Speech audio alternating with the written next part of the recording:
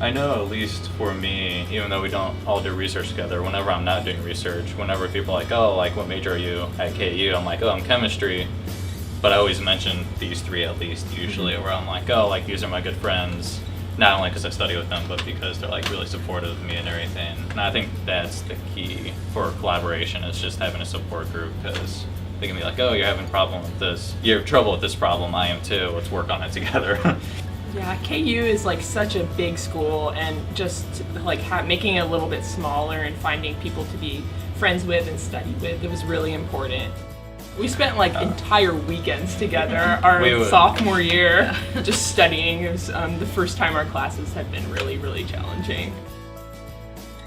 So the work that I do is catalysis based to make hydrogen fuel, which would be a sustainable carbon neutral fuel because there's no carbon in hydrogen. I got interested in the research I'm doing right now because I'm really interested in materials design, but with the chemistry implemented in it. So my research right now, if you imagine the wires in your phone, if you take the back off your iPhone, you can see the wires. Imagine shrinking those down like to the nanoscale, so like 10 to the -9 meters. And that's what we do, is we essentially use molecules as building blocks to build wires. And that has a lot of applications in like solar energy, or like minimizing energy consumption and making stuff more friendly for the environment also. He's just actually kind of a common connector between most of us. He's just a very exceptional professor, very personable, even outside of class. I mean, he knows his stuff.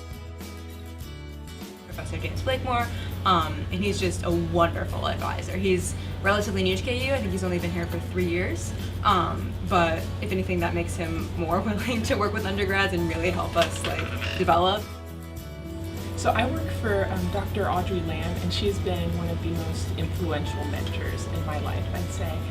She is just an incredibly funny and kind person, and I think that a lot of undergraduate research experiences, it can be like your boss is just kind of telling you what to do, but that's not how it is with her, and she's given me a lot of creative license to kind of and freedom to be independent and do what I want on my project, and has let me go through and solve a protein structure from start to finish, which is, I was not expecting to be able to do that in my undergrad. And so she's just been a great example to me of a woman in science, and I really look up to her.